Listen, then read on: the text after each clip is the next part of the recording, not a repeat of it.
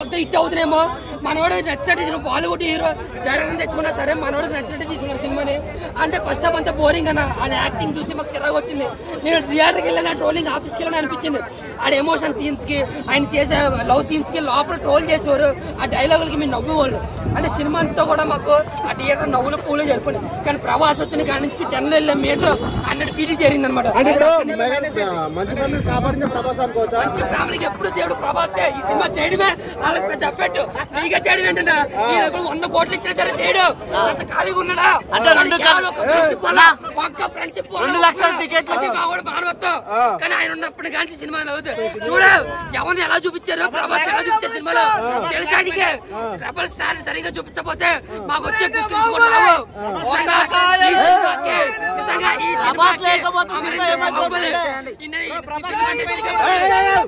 చెప్తున్నాను.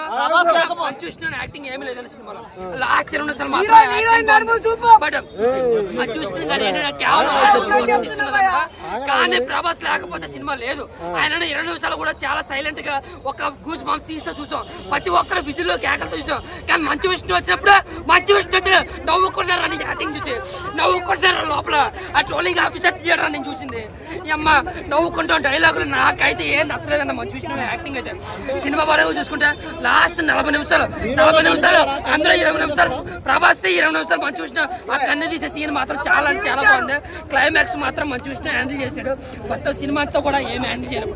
So overall గా ఇప్పుడు భక్తి కన్నప్ప అంటే మన కృష్ణరాజు గారు ఒక ఎమోషన్ ఉంటుంది మూవీలో. కృష్ణరాజు గారు పేరు ఎత్తొద్దు. ఎందుకంటే ఆయనకి నువ్వు అసలు పోలికి పెట్టదు.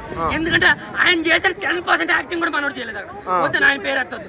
ఆ సినిమా కోసం వచ్చు మనోడు ఏంటంటే కేవలం క్రేజ్ కోసం బిల్ అయిపోయాడు కాబట్టి కేవలం రావడం కోసం మళ్ళీ ఇండస్ట్రీలో నిలదొక్కోవడం కోసం ట్రై చేశాడు. అది కూడా విఫలమైందనే చెప్పాలి.